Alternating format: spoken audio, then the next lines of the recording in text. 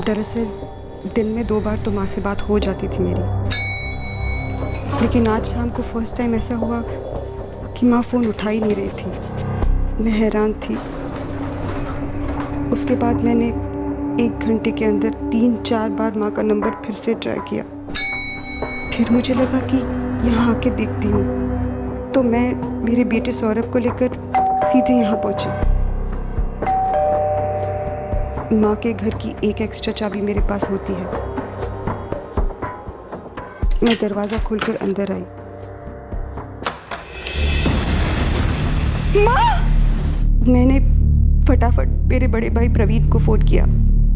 वो रोहिणी में ही रहते हैं। उसके बाद आपको फ़ोन किया।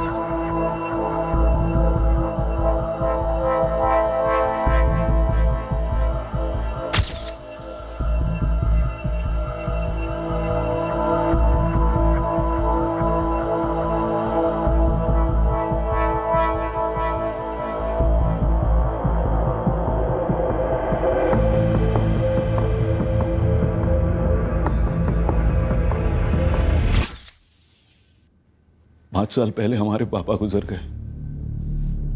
तब से माँ अकेली ही रहती थी। मेरी छोटी बहन नंदिनी और मैं रोज फोन पर माँ के साथ बात करते थे, आते जाते रहते थे। आज सुबह ही मेरी बात हुई थी माँ के साथ फोन पर। आज शाम को आपकी माँ से कोई मिलने आने वाला था? फोन पे कुछ कहा था उन्होंने? नहीं सर, माँ ने ऐसा कुछ कहा नहीं था। माँ दोनों कलाइयों पे 2-2 सोने के कंगन पहनती थी। चारों गायब हैं।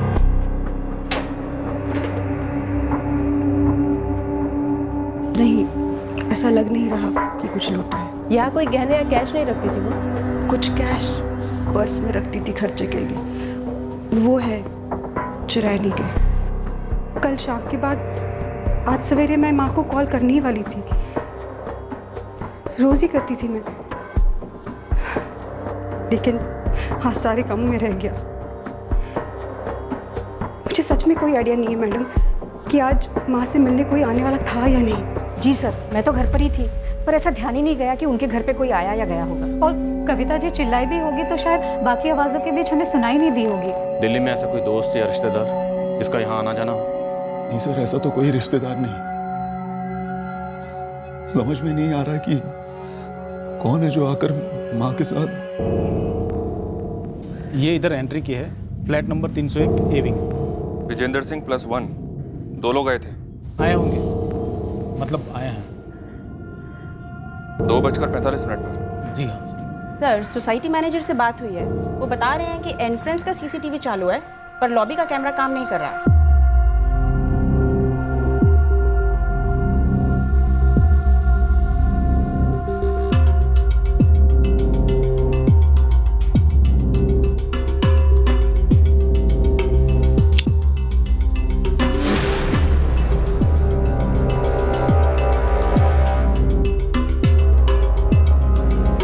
ये पीछे खड़ा हुआ यंग लग रहा है।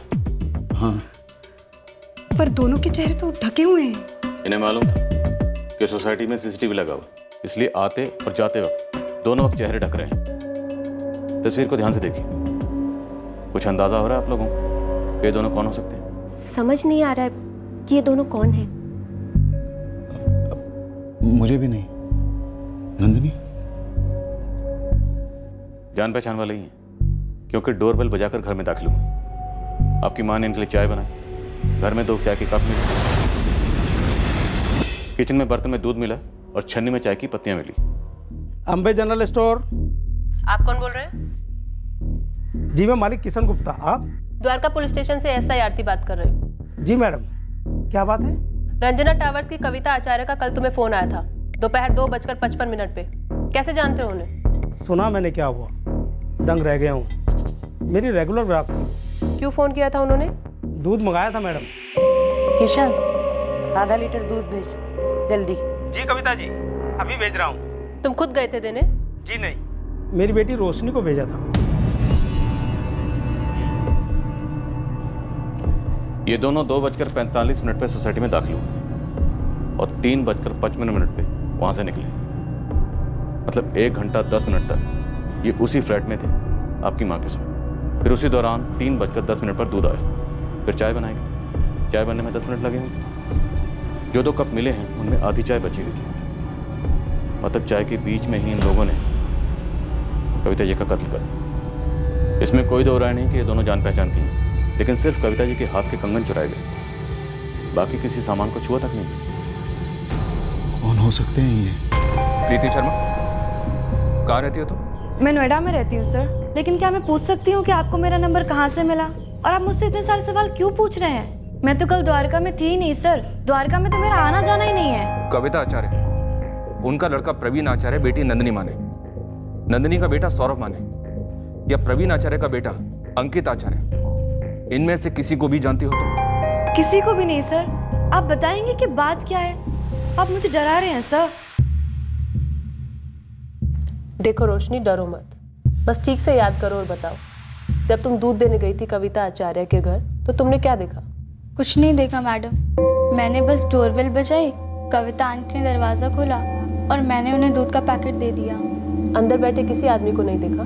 जी नहीं देखा, और वैसे भी कविता आंटी ने बहुत थोड़ा ही दरवाज़ा खोला था। और अजीब बात तो ये थी कि कविता आंटी मुझ पर गुस्सा हो रही थी। तुझ पर? क्यों? क्या पता मैडम, मैं पहले जब भी जाती थी तो कविता आंटी मुस्कुराकर बातें करती थी और थैंक यू बेटा भी बोलती थी, लेकिन कल कुछ तो अलग था। क्या रोशनी, कितनी देर लगा दी तुमने? मेहमान मेरे कब के आके बैठे हैं, चाय नहीं बना पा रही हूँ मैं। आधा लीटर दूध लाने में इतना टाइम लगता है क्या? लेकिन कविता आंटी को इतनी चिड़चिड़ी मैंने पहली बार देखा था। ये दोनों थे अंदर? बोला ना मैडम, कविता आंटी ने बहुत थोड़ा ही दरवाज़ा खोला था, अंदर देखने का कोई चांस ही नहीं था।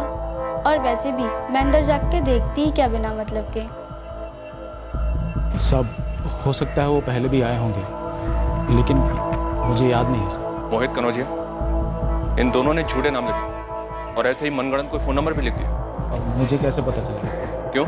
जब कोई बिल्डिंग में आता है तो पूछते नहीं उससे कौन से फ्लैट में जा रहा है, किस काम से जा रहा है? सच बोलूँ तो वो जिस अंदाज में आए थे और आकर डायरेक्ट रजिस्टर में लिखने लगे, मुझे लगा कोई जान पहचान वाले होंगे, पहले भी आए होंगे। सिर्फ 1 घंटा तक अंदर थे, कविता जी ने उनको चाय बनाकर पिलाई।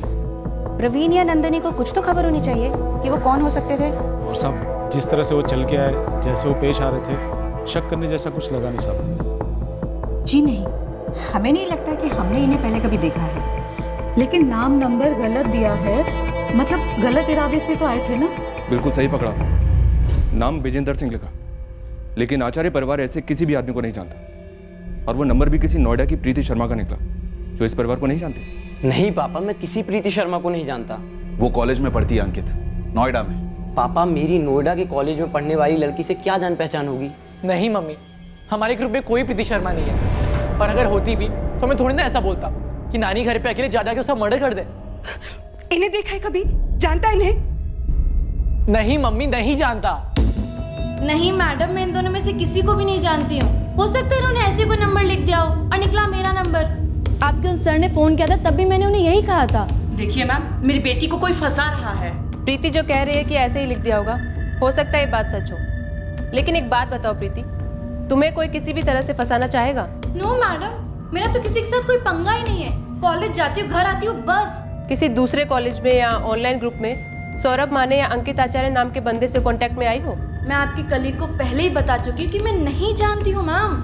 देखिए मैडम, एक औरत की जान गई है, इसका हमें बहुत दुख है, पर प्लीज इस मामले में आप मेरी बेटी को मत घसीटिए।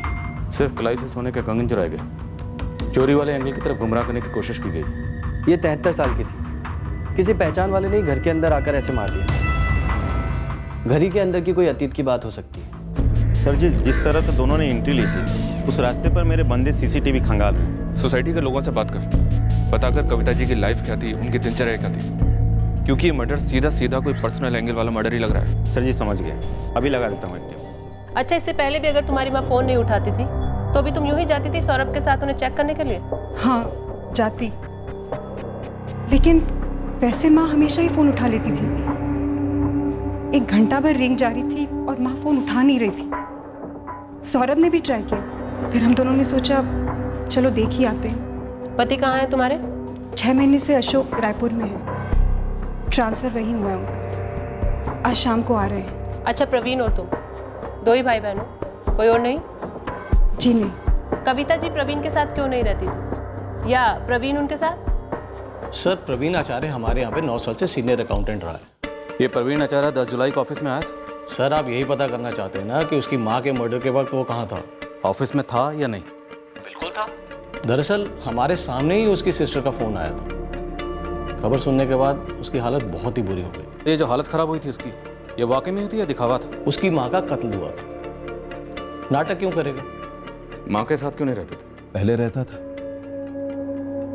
हम सब लक्ष्मी नगर में एक ही घर में थे। माँ और पापा चाहते थे कि मैं और दीपाली अपना अलग घर बनाएं। और दूसरी बात, मेरा काम पित्तमपुरा में है। मुझे ज़्यादा ट्रैवलिंग पसंद नहीं है, इसीलिए मैंने रोहिणी में घर खरीदा। ऑफिस भी करीब है, पिछले 11 साल से मैं वहीं पर हूँ। सर, अगर आप मुझ पर शक कर रहे हैं, कोई घरेलू अनबन ढूंढ रहे हैं, तो ऐसा कुछ भी नहीं है। हम सब दूर रहकर भी काफ़ी करीब थे। नंदिनी, मैं, माँ और हमारी फैमिलीज। आपके माँ बाप लक्ष्मी नगर से द्वारका मंगल विहार कब शिफ्ट हुए? 8 साल पहले। पापा ने रिटायरमेंट के बाद लक्ष्मी नगर वाला घर बेच दिया और यहाँ द्वारका मंगल विहार में रंजना टावर्स में 1 BHK लिया। नंदिनी का घर भी पास ही में था, उत्तम नगर में। लेकिन शिफ्ट होने के 2 साल बाद पापा चल बसे। और आपकी माँ कविता जी ने अकेले रहना पसंद किया? उन्हें अपनी आज़ादी पसंद थी, पर हम हर वीकेंड को मिलते, कभी उनके घर, कभी अपने घरों में। तो फिर साथ क्यों नहीं रहते थे? सबकी अपनी मर्जियां होती है सर। माँ की अपनी मर्जी थी। ये जो लक्ष्मी नगर वाला फ्लैट बेचा गया, उसका पूरा पैसा द्वारका मंगल विहार वाले फ्लैट में डाला गया? जी नहीं, कुछ पैसे FD में है, जिसका इंटरेस्ट माँ को मिलता, ऊपर से पापा की पेंशन। पापा रेलवे की सर्विस में थे। जो भी 2 लोग आए थे ना, ये तय है कि जान पहचान के थे और कत्ल के इरादे से ही आए थे। वो तो जाहिर है ना सर, हमें तो समझ में ही नहीं आ रहा कि ये कौन हो सकते हैं। माँ की तरफ से, पापा की तरफ से, हमारी तरफ से। मैंने तो अपने बेटे अंकित से भी पूछा कि क्या वो किसी विजेंद्र सिंह या प्रीति शर्मा को जानता है, लेकिन उसने भी पता नहीं ये कौन हो सकते हैं। नहीं मैडम, मैं नहीं पहचान पा रही हूँ इन्हें। आपको माँ के फ़ोन में कुछ मिला? इन लोगों ने शायद आने के पहले कोई फ़ोन वोन किया हो। कॉल रिकॉर्ड्स अभी आने बाकी हैं नंदिनी, लेकिन कॉल लिस्ट से हमें ऐसा कुछ नहीं मिला। हो सकता है मर्डर के बाद उन्होंने नंबर डिलीट कर दिया हो, पर वो ऐसा क्यों करेंगे? फ़ोन को ही अपने साथ ले जाते ना। ये सवाल भी जवाब मांग रहे हैं।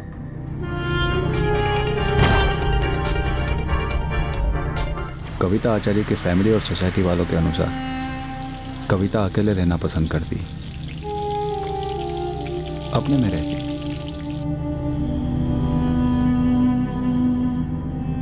जब जरूरत पड़ती तभी घर से निकलती। यह अब और भी रहस्यमय होता गया कि वो 2 हत्यारे कविता आचार्य से किस तरह कनेक्टेड थे और जिनके बारे में फैमिली को भनक तक नहीं थी, और जिन्होंने सिर्फ 4 सोने के कंगन के लिए उनका कत्ल कर दिया था।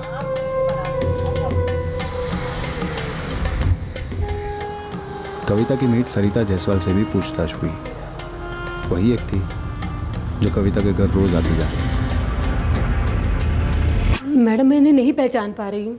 एक जवान लड़का है और एक अधेड़ उम्र का आदमी दिखता है। ऐसे 2 लोग कभी ना कभी घर पर आए होंगे।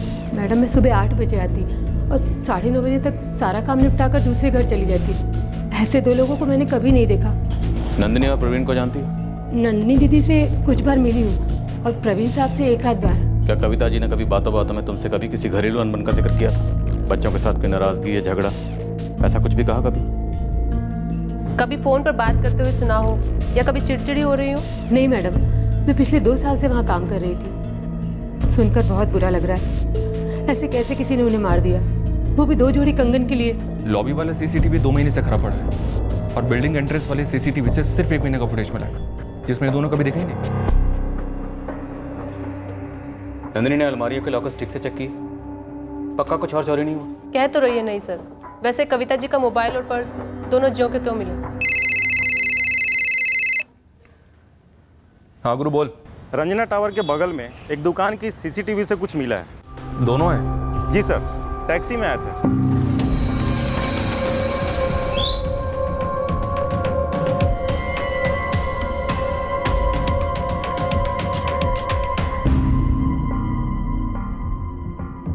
वही है दोनों, बिना कैप के। इसमें भी चेहरे साफ नहीं है। इस गली से एक और राइट लेने के बाद लगभग 5-7 मिनट पैदल चलने पर रंजना टावर से उसी सीसीटीवी से एक और फोटो।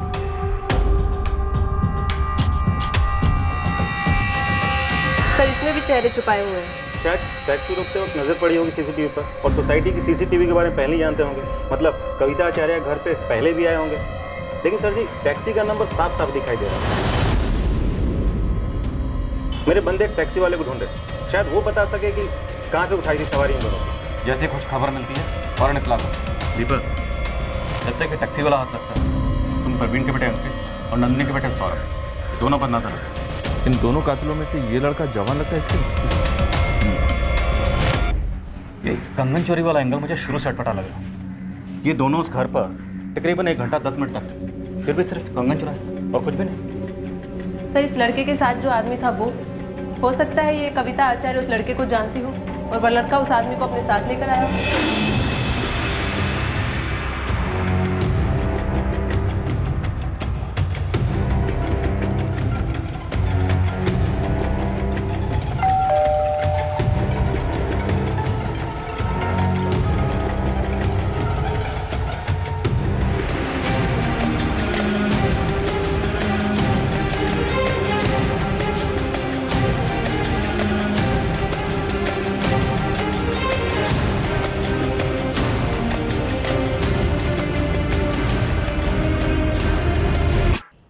कौन, ये तुम्हारी खुद की गाड़ी है? तुम अकेले चलाते हो? हाँ। हमें ये दोनों चाहिए।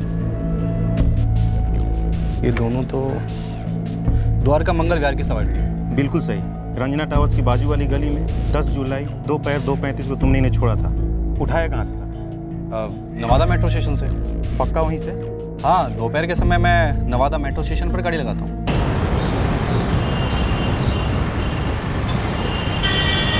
जी साहब। द्वारका मंगल विहार चलोगे? चलेंगे ना, बैठो। हाँ, ये तो यही दोनों, लेकिन चेहरा कौन याद रखता है? तुमने इन्हें नवादा मेट्रो स्टेशन से उठाया था या स्टेशन से दूर? टैक्सी लाइन में। मैं तो हमेशा टैक्सी लाइन में होता हूँ। सर जी, नवादा मेट्रो स्टेशन की सीसीटीवी फुटेज को एक बार चेक करना जरूरी है। शायद स्टेशन से बाहर निकलते वक्त उनका थोबड़ा छप गया हो सीसीटीवी में। ठीक है, मंगवाता हूँ। तब तक तू अपनी टीम को अंकित आचार्य और सौरभ माने पर लगे रहने के लिए बोल। टैक्सी वाली फोटो नंदिनी और प्रवीण दोनों को दिखाई।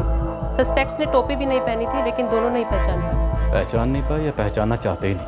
फोन रिकॉर्ड से भी कुछ नहीं मिला। कविता आचार्य या तो नंदिनी से बात करती थी या प्रवीण से, या फिर पोते अंकित और नवासे सौरभ से।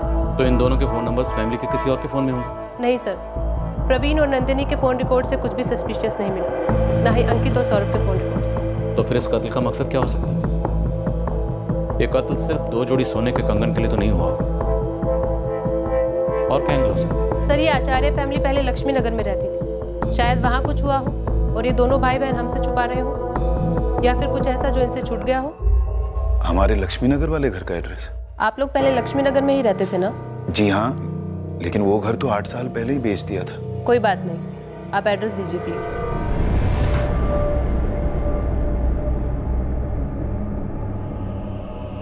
नंदिनी, पुलिस ने लक्ष्मी नगर वाले घर का एड्रेस लिया। पर वहां से कौन आकर ऐसा कुछ करेगा? किराने वाले की लड़की रोशनी, जो घर पर दूध देने आई थी, उसने स्टेटमेंट दिया है कि माँ गुस्से में लग रही थी। नंदिनी, ऐसा कौन हो सकता है जिस पर माँ गुस्सा होगी और उनके लिए चाय भी बनाएगी?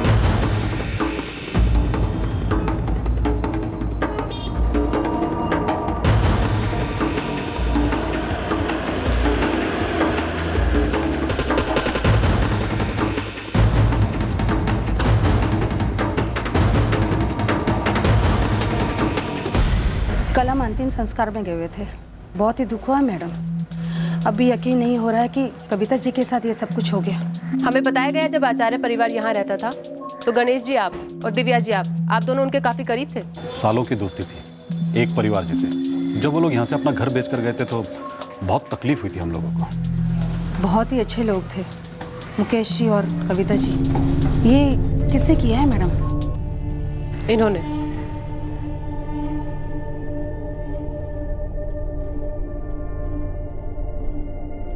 जाने पहचाने लगते हैं। ये तो साफ साफ दिखाई भी नहीं दे रहा। प्रवीण और नंदिनी भी नहीं पहचान पाए। एक बात तो पक्की है, ये दोनों या इनमें से कोई एक कविता जी को बहुत अच्छे से जानते थे। कविता जी ने इन्हें चाय भी पिलाई थी। अपने संजीव जी? क्या वो बता सके? उनका मुकेश जी के घर काफी आना जाना था। अगर ऐसा कोई है जिसके बारे में प्रवीण और नंदिनी नहीं जानते, तो शायद संजीव जी जरूर बता सकेंगे। ये संजीव जी का घर कहाँ है? जी वो तो 2011 में यहाँ से चले गए। मुकेश जी से बड़ी गहरी दोस्ती थी उनकी। यहीं सामने बैठकर तो उनका कैरम चलता था। ये लो चौका। ये बातें बड़े फॉर्म में हो। ऑलवेज। वाइट आपके लिए बहुत लकी है। क्या बात है? गेम अब तक चल रही है। एक और चाय भिजवा दूं? अरे पूजा, चाय के साथ में तेरे स्पेशल वाले पकौड़े भी भेजना। हाँ। ये मेरा sixer. Sanjeev Parekh share market line में काम करते थे। अभी का उनका पता तो मालूम नहीं, पर उनकी माँ ग्रीन पार्क में रहती है। वो संजीव जी तो आउट ऑफ दिल्ली सेटल हुए हैं। हाँ ऐसे कुछ सुना था। संजीव पारेख की माँ का एड्रेस है आपके पास? जी नहीं, उनका एड्रेस तो नहीं है, पर एक बार उसने बताया था कि वो बेसिकली दिल्ली का रहने वाला है और उसकी माँ ग्रीन पार्क वाले गुरुद्वारे के आसपास कहीं रहती है। उनकी माँ का नाम याद है आप लोगों को? एक बार संजीव जी की वाइफ पूजा ने बताया था, सावित्री नाम है, सावित्री पारेख। कोई संजीव पारेख जो आपके पिताजी के अच्छे खासे दोस्त हुआ करते थे लक्ष्मी नगर में। हम उन्हें ट्रेस कर रहे हैं, शायद वो इन दोनों के बारे में कुछ बता पाए। पर हैरानी इस बात की है कि आप और नंदिनी अब तक इन दोनों को नहीं पहचान पाए। हम भी यही सोचकर काफी परेशान हैं सर। एक एक रिश्तेदार, दूर का ही सही, सभी के बारे में सोच रहे हैं। कहीं कोई ऐसा रिश्तेदार तो नहीं जिसके टच में हम ना हो पर माँ हो। ऊपर से मुझे अजीब लग रहा है कि आपको माँ के फोन रिकॉर्ड से भी क्यों कुछ नहीं मिला। कम से कम इन दोनों के चेहरे अगर साफ दिख जाए तो हम अंदाजा लगा पाए कि ये दोनों हैं कौन। लगे हुए हैं सर। 2 कांस्टेबल्स लगातार बैठकर दोनों प्लेटफॉर्म्स का फुटेज छाट रहे हैं। सांगवान स्पीड बढ़ानी ही पड़ेगी। टाइम फ्रेम भी तो दिया मैंने कि कितने बजे के आसपास ये दोनों स्टेशन पर होंगे। जी सर, कल सुबह तक का टाइम दो सर प्लीज। दूसरी ओर हम संजीव पारेख की मां का घर ढूंढ रहे हैं ताकि उनके जरिए हम संजीव तक पहुंचे और संजीव शायद इन दोनों को पहचान ले। हमने इलाके के सारे ज्वेलर्स को कविता आचार्य के कंगन के फोटोग्राफ्स पहुंचा दिए ताकि अगर कातिलों ने बेचने आए तो हमें तुरंत इन्फॉर्मेशन मिल सके। हमारी तकदीर अच्छी थी कि हम संजीव पारेख का घर ढूंढ पाए ग्रीन पार्क।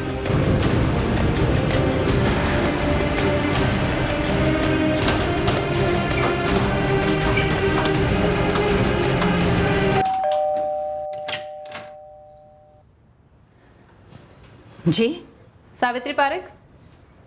जी बोलिए, क्या बात है? जी संजीव पारेख आपका बेटा है? जी हाँ। जी हमें संजीव से बात करनी है एक मर्डर केस के सिलसिले में। दरअसल कविता आचार्य नाम की एक औरत का मर्डर हुआ है। संजीव उन्हें और उनके हस्बैंड को बहुत अच्छे से जानते थे। हमारे पास दोनों कातिलों की तस्वीरें हैं, लेकिन उन्हें कोई भी पहचान नहीं पा रहा है। हो सकता है संजीव उन दोनों को पहचानने में हमारी कोई मदद कर सके। कहाँ है संजीव? मुझे नहीं पता कहाँ है संजीव। उसका कोई कांटेक्ट नंबर है आपके पास? जी नहीं, मेरी काफी लंबे अरसे से उसके साथ बातचीत नहीं हुई। जी बेटा है वो आपका? हाँ है। वैसे संजीव की बेटी आंचल मेरे साथ रहती है। हो सकता है उसकी बात अपने पापा से होती। जी बुलाइए आंचल को। वो तो कॉलेज गई है। ठीक है, उसका नंबर दे दीजिए। The number you have called is currently switched off. Please try again later. Thank you.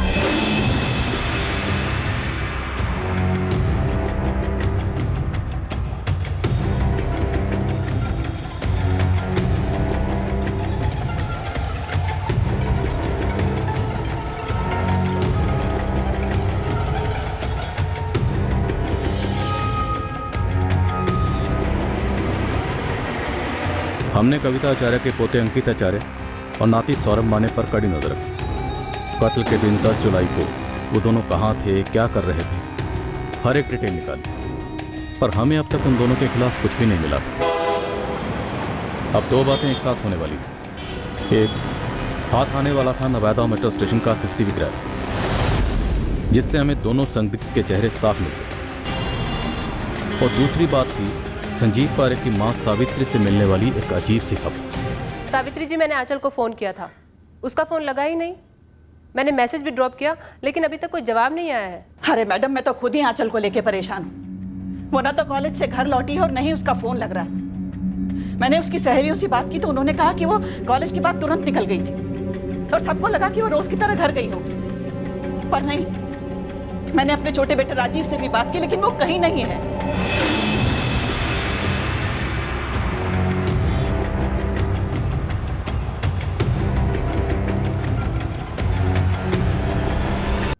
Sir, मैंने सावित्री जी से कहा है कि हम आंचल के कॉल रिकॉर्ड्स तुरंत मंगवा रहे हैं और उनसे कहा है कि वो आंचल की सहेलियों से दोबारा बात करें। क्या आंचल का गायब हो जाना कविता आचार्य के मर्डर से जुड़ा? आंचल को कैसे पता चला कि तुम उसे कॉल करने वाली? सर, सावित्री जी के अलावा तो किसी को भी नहीं पता था कि मैं आंचल को कॉल करने वाली हूँ। और सावित्री जी ने यह कहा कि वो संजीव के टच में नहीं है, आंचल हो सकती है। जी सर। आंचल पारेख के गायब होने का रहस्य अगले ही दिन रोशनी में आने वाला था, जब नवादा मेट्रो स्टेशन की सीसीटीवी फुटेज हमारे हाथ लगती। इसके पहले कि हम कविता आचार्य की फैमिली से पूछते कि वो दो कातिल कौन थे, हमें उनकी असलियत पता चलने वाली थी। फोन बंद आ रहा है उसका। उसने अपने चाचा राजीव से भी बात नहीं की। उसकी सारी सहेलियों से पूछ चुकी हूं मैं। और ऐसे कैसे हो गया कि आपने उसका फोन नंबर लिया और वो एकदम से गायब हो गई? हम खुद हैरान हैं सावित्री जी कि ऐसा कैसे हो गया। वैसे ग्रीन पार्क की पुलिस भी लगी है आपकी पोती को ढूंढने में। जैसा कि आप जानते हैं, हम आपकी पोती आंचल से सिर्फ इसीलिए कांटेक्ट करना चाहते हैं ताकि हम संजीव तक पहुंच सकें और संजीव से इन दोनों तक। आप चिंता मत कीजिए, आपकी पोती मिल जाएगी। है, एक मिनट, वो फोटो फिर से दिखाएंगी?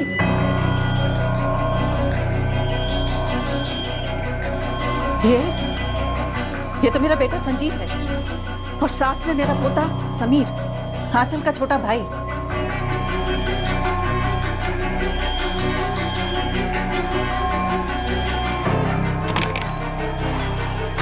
आरती ने कॉल किया था। ये दोनों संजीव पारेख और उसका बेटा समीर पारेख है। संजीव की मां सावित्री जी ने इन दोनों को पहचान लिया। आप लोगों ने नहीं पहचाना? लक्ष्मी नगर में आपके पड़ोसी रह चुके हैं। हाँ सर, पर हमारे वहाँ से निकल जाने के बाद ये लोग वहाँ आए होंगे। हाँ, मैं तो कभी नहीं मिली इनसे, ना माँ पापा से कभी सुना इनके बारे में।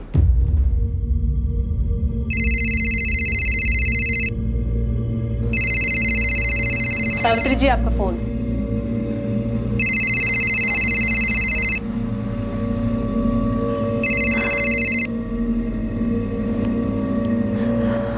हेलो माँ, मैंने भी आंचल के नंबर पे फोन किया था। संजीव भैया ने फोन उठाया। राजीव कहाँ है संजीव? और आंचल कहाँ है? उन्होंने कहा वो दोनों ठीक है और बोले दोबारा फोन मत करना। हाँ राजीव। संजीव भैया, आंचल का फोन आपके पास है? कहाँ है वो? आंचल मेरे साथ है, बिल्कुल ठीक है। और सुन, दोबारा फोन करने की जरूरत नहीं। लेकिन भैया, आगे कुछ बोला नहीं और फोन काट दिया और तब से फोन फिर से स्विच ऑफ है। राजीव, संजीव और समीर ने किसी का कत्ल कर दिया है। क्या? कत्ल कर दिया? किसका? माँ, ये क्या कह रही हैं आप? कहाँ है संजीव? आंचल है साथ में? समीर भी साथ है? राजीव को कुछ नहीं बताया उसने कि कहाँ है, बस फोन काट दिया। और वो औरत जिसको मार डाला, क्यों मार डाला? हमें अभी पता लगाना है, लेकिन उससे पहले आपको हमें बताना होगा संजीव के बारे में।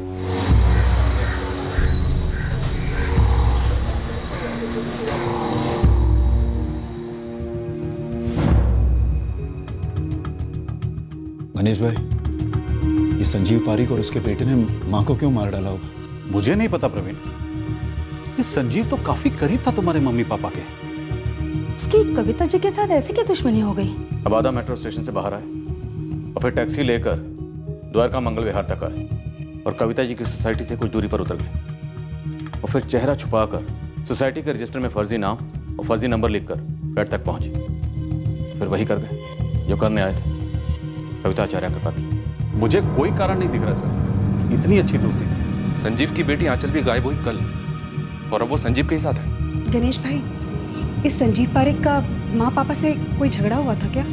नहीं, होता तो ये नाम पहले बता देते। सर, मैं सावित्री पारेख और संजीव के छोटे भाई राजीव पारेख के साथ वहाँ आ रही हूँ। ये लोग कह रहे हैं इन्हें कोई आइडिया नहीं संजीव ने ऐसा क्यों किया। ठीक है, हम उनसे पता करते हैं कि संजीव अपने बेटे समीर और बेटी आंचल को लेकर कहाँ जा सकता है। तुम उनसे पता करो संजीव की पत्नी पूजा कहाँ है। पूछा मैंने सर। सावित्री जी कह रही हैं कि पूजा संजीव को 3 साल पहले ही छोड़ चुकी थी। गणेश जी, दिव्या जी, पूजा ने 3 साल पहले संजीव को छोड़ा। आप लोगों को कुछ आइडिया है कि पूजा इस वक्त कहाँ हो सकती है? हमें कैसे पता होगा सर? हमें तो ये भी पता नहीं था कि पूजा ने छोड़ दी। कविता जी ने आप दोनों से संजीव पारेख का कभी जिक्र नहीं किया? नहीं सर, मुझसे तो कभी नहीं किया। मुझसे भी नहीं, पर ऐसी भी क्या अनबन, कितनी भयंकर तरीके से माँ को।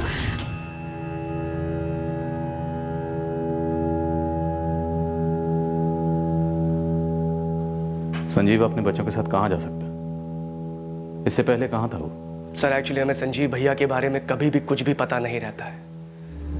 बस 2 साल पहले उन्होंने बच्चों को माँ के पास भेज दिया, हाथ में एक चिट्ठी थमाकर।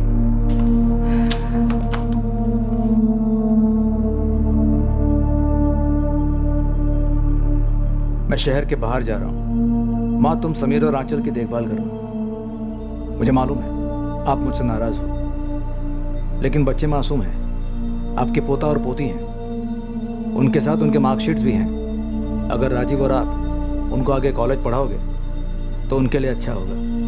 संजीव। और उस चिट्ठी में कोई अफसोस वफसोस कुछ नहीं था, ना थैंक यू ना सॉरी, बस एक रिक्वेस्ट थी। ऑर्डर ही समझिए कि आंचल और समीर की देखभाल हम लोग करें। फिर माँ ने देखभाल शुरू की, मैंने भी मदद की, स्कूल में एडमिशन वगैरह करवाया। खून है हमारा। फिर अचानक 6 महीना पहले संजीव भैया आए और समीर को लेकर चले गए, पढ़ाई वढ़ाई सब छुड़वा कर। क्यों ले जा रहा है, क्यों पढ़ाई छुड़वा रहा है, कुछ भी नहीं बताया। बस ले गया समीर को, और अब ऐसे ही अचानक आंचल को लेकर चला गया बिन बताए। सावित्री जी, हमें लगता है आंचल खुद अपनी मर्जी से संजीव के साथ गई, क्योंकि जब हमने आपसे कांटेक्ट किया और आपने हमें आंचल का नंबर दिया, उसके तुरंत बाद किसी ने आंचल को यह बताया कि हम उसके फादर को ढूंढ रहे हैं। सावित्री जी, आपके घर से निकलते ही मैंने तुरंत आंचल को फ़ोन किया था, लेकिन उसका फ़ोन लग नहीं रहा था। शायद उससे पहले ही उसको संजीव का फ़ोन गया होगा। हेलो आंचल, पापा बोल रहा हूँ। पापा, कहाँ हो आप? घर आए हो? नहीं बेटा, मैं तुमको लेने आया हूँ। कहाँ आना है लिख लो, जल्दी से आ जाओ। और सुनो, फोन स्विच ऑफ करना, ओके? क्यों, क्या हुआ है पापा? सब मिलकर समझाऊंगा, जल्दी से एड्रेस लो। सावित्री, क्या संजीव आपके टच में था? क्या उसने कहा था आपसे कि हम उसे ढूंढ रहे हैं? आपको पता था कि संजीव ने मर्डर किया है? नहीं, मुझे मालूम नहीं था। 1 मिनट सर, आप सीधा मेरी माँ के ऊपर उंगली उठा रहे हैं। इनको तो पता भी नहीं था कि संजीव भैया और समीर कहाँ थे, क्या कर रहे थे। और ये जो औरत है जिसका मर्डर हुआ है, हमने तो उसका नाम भी नहीं सुना कभी। इस वक्त संजीव कहाँ हो सकता है? और उसकी पत्नी पूजा कहाँ मिलेगी? नहीं मालूम। वो पूजा के लायक था ही नहीं कभी। वो किसी औरत के लायक नहीं था जो कभी उसकी जिंदगी में आई थी। देखिए, मेरा बेटा संजीव, मैंने जाना उसे जरूर है, लेकिन वो ऐसा कैसे हो गया, क्यों हो गया, क्या हो गया, आज तक समझ नहीं पाई हूं मैं उसको। एक बूढ़ी औरत को मार डाला उसने, मार डाला, और साथ में समीर को शामिल किया। कितना छोटा है समीर।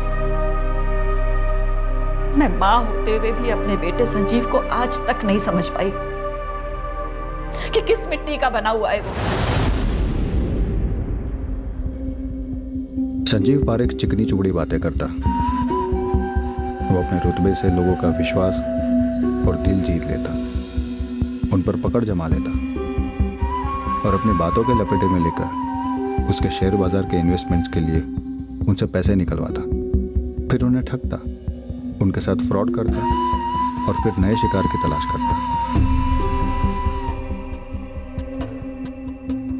सालों पहले जब वो हैदराबाद में अपनी हेरा फेरी के कारोबार में पैर जमा रहा था, तब वो अमृतसर की गुरप्रीत कौर से मिला और उससे शादी करने के पीछे भी उसका एक ठोस मकसद था। गुरप्रीत का पिता एक रईस आदमी था और इसकी वजह से संजीव को रहने की जगह आराम से मिल गई। उसका पहला बच्चा लड़का था जो गुरप्रीत से हुआ था और उसे गुरप्रीत को जया नायडू के लिए छोड़ने में ज्यादा समय नहीं लगा। एक तो वो हमारे जात की नहीं थी, ऊपर से डिवोर्सी थी।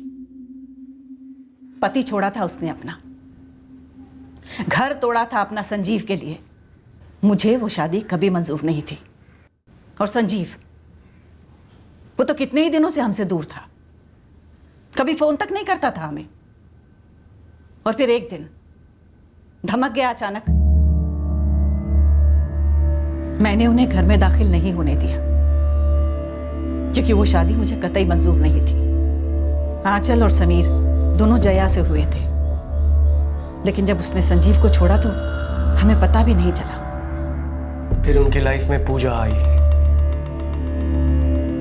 हमें तो ये भी नहीं पता था कि संजीव भैया यहाँ दिल्ली में रहते हैं या दुनिया के किसी और कोने में। नमस्ते माँ जी, मैं पूजा। फिर 2 साल पहले वो आंचल और समीर को मेरे पास छोड़कर चला गया। तब पता चला कि पूजा, जिसे बच्चे अपनी माँ समझते थे, वो भी संजीव को छोड़कर चली गई।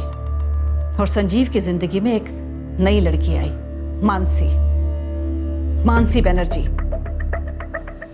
और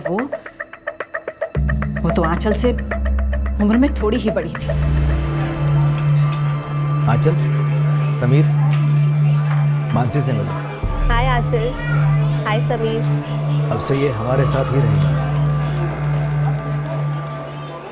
ये मानसी बनर्जी, ये भी स्मार्टर प्लान में शामिल हो सकती है। इसका कोई नंबर या एड्रेस है आपके पास? मुझे नहीं पता सर, हमें संजीव भैया के बारे में कुछ भी नहीं पता है। वो जो भी नंबर यूज कर रहा था आप लोगों से बात करने के लिए, वो नंबर दीजिए। मेरे पास उनका मोबाइल नंबर नहीं है और मुझे नहीं लगता कि भैया मोबाइल फोन यूज भी करते हैं। अब ये मानना थोड़ा मुश्किल है। आज की डेट में आपका भाई संजीव मोबाइल फोन यूज नहीं करता। संजीव के बारे में कुछ भी मानना आसान नहीं रहा है कभी। सावित्री जी, आपका बेटा उसके निजी मामलों से अलग अब एक खूनी भी है। इसलिए आपको और राजीव आपको हमें कोई तो ऐसी लीड देनी होगी जिससे हम उस तक पहुंच पाए। उसने आपके पोते समीर को एक कत्ल में शामिल किया। अब आंचल भी उसके पास। हमारा उस तक जल्द से जल्द पहुंचना जरूरी है।